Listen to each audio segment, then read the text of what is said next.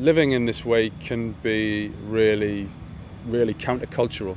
You know, we live in a world where people look after themselves, or people chase success, or people are fascinated with glamour and riches. And as believers, I think we need to associate ourselves quite the opposite, with the last and with the least of the world. That's what we saw Jesus do. And that's countercultural. But I think that makes it all the more needed. You know, Jesus said, you know, it's the sick that need a doctor, not the healthy. And we can't give up just because our world is really, really sick. And we can point the way with our lives, and not just in big ways, not just through, you know, going to developing countries, or not through giving up our jobs and starting charities. All of us can make a difference. I think Mother Teresa, I love what she says. She says, we can do no great things, just small things with great love.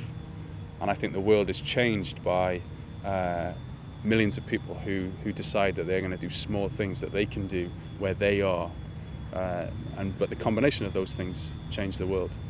I think Jesus, what he tried to show the apostles was that they, though they were ordinary, could do extraordinary things if they were aligned with God's will and God's greater purposes. And I think that's true for us. So I think we have more influence than we'd think as well. You can influence politics. You can influence your MP. They're there to represent you. They love to know what you think. You can influence your employer, their practices, how they operate in this country, how they employ people, what impact they have on the environment. You can influence your community massively.